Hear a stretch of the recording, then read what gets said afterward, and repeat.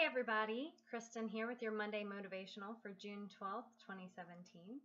You've come so far in this course, and this is your last full week of summer session. So that's very, very exciting. All we have next week is 3 days, Monday through Wednesday.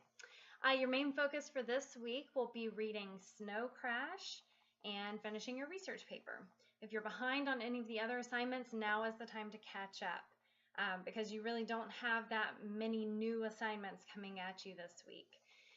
Reading Snow Crash will probably be a little bit easier for you also. It was written in 1992 by someone in the United States, so the culture and the language are going to be much more familiar to you than most of the other stuff that we've read.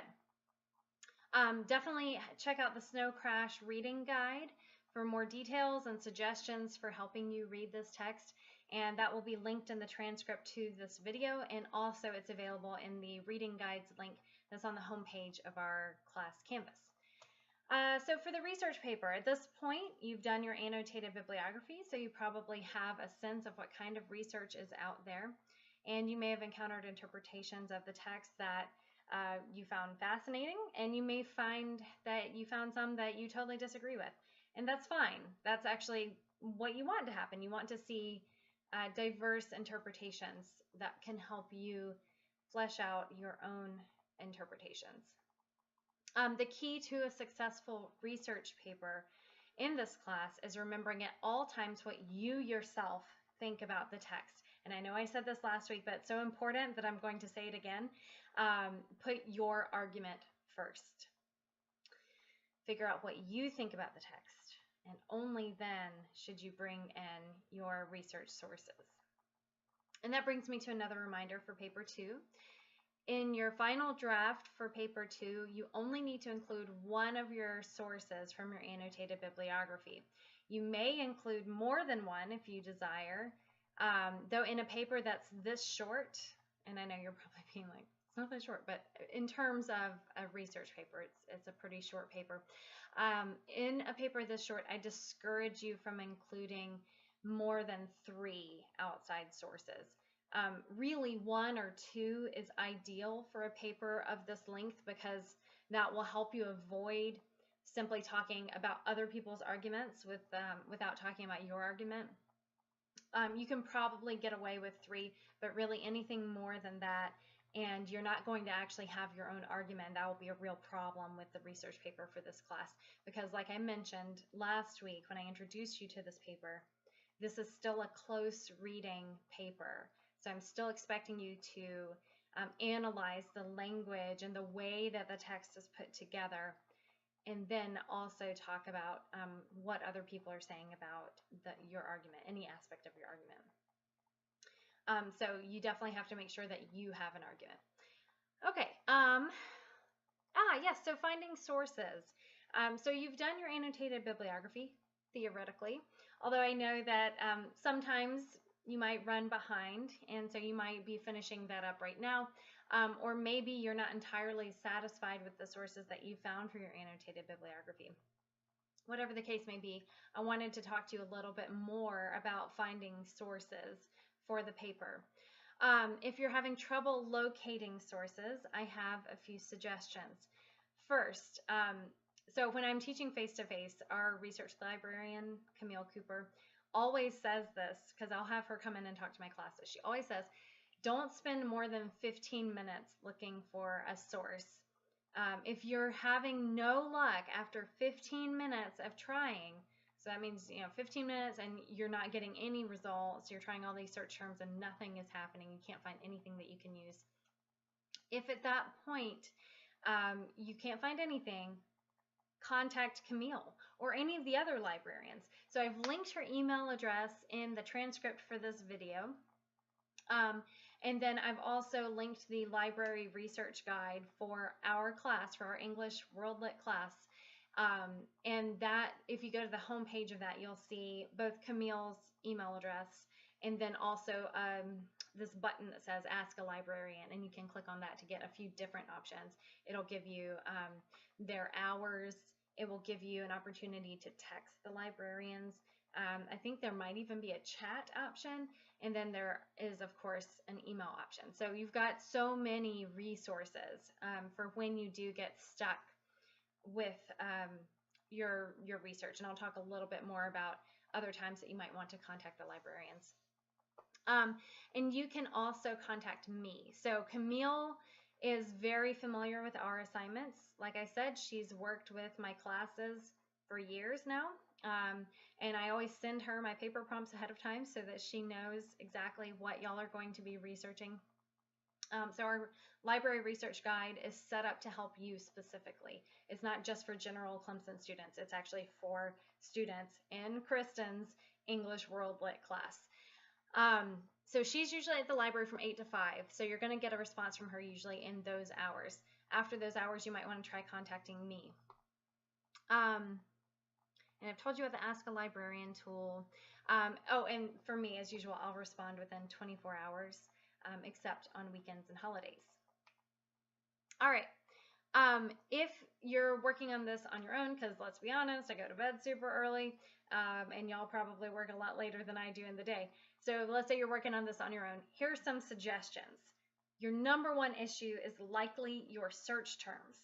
So the words that you're choosing to try to find articles that suit your argument. So revisit those search terms. Figuring out what kinds of search terms return results in the database that you're using takes some practice. And different terms are going to work well in different databases. So always write down whatever terms you're using. And it's helpful to also note what database you're using as you type in those terms. This will help you stay organized and save you time so that you don't repeat yourself and you don't try things that you've already tried before when you're doing searches. Okay, so yeah, if you're looking up something and you're not getting any results, then try some different search terms that are maybe synonyms to what you were trying to begin with. So for example, if you're looking up justice and inferno, and those are your two search terms, and you're not getting any results, you can also try punishment or crime instead of justice. So those aren't the exact same thing, but they are talking about the same concept. You know, justice has to do with people who have committed a crime receiving a proper kind of punishment. So think about how you can talk about your topic in other ways. And you might find that, let's say, punishment works really well in one database, whereas justice works really well in a different one. And this is, again, why it's helpful to take notes on what search terms you're using and where you're using them.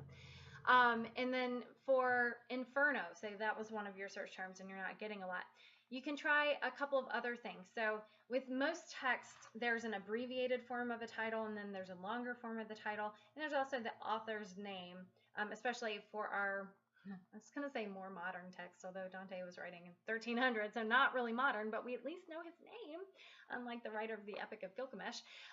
So what you can do there, instead of Inferno, you could try Alighieri. So that's Dante's last name. You could also try the Divine Comedy or Commedia. And I've spelled these out in the transcript to this video. So the thing about the Inferno is it's actually part 1 of 3 of a larger text that Dante wrote called the Divine Comedy. But this text is also frequently referred to by its Italian name, because Dante originally wrote it in Italian. And that Italian name for the Divine Comedy is simply Commedia. And again, I've spelled this in the transcript. So you can try those terms instead, and you're going to get more results. So that's something else to consider, is how many search terms are you using. Usually you want to have more terms for a broader search, as long as you're using an or to connect those terms. So like justice or inferno, that's going to get you a ton of stuff. Justice and inferno is probably what you want, but maybe you're not getting your results. You could try justice or punishment and inferno or commedia, or inferno and Alighieri. So like I said, it just takes some practice and some fiddling around. So the best thing that you can do for yourself as you do this research is give yourself time.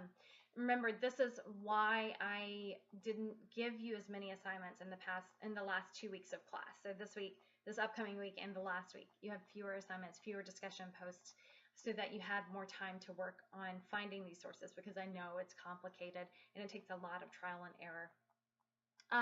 Another thing that you can do is trying more than one database.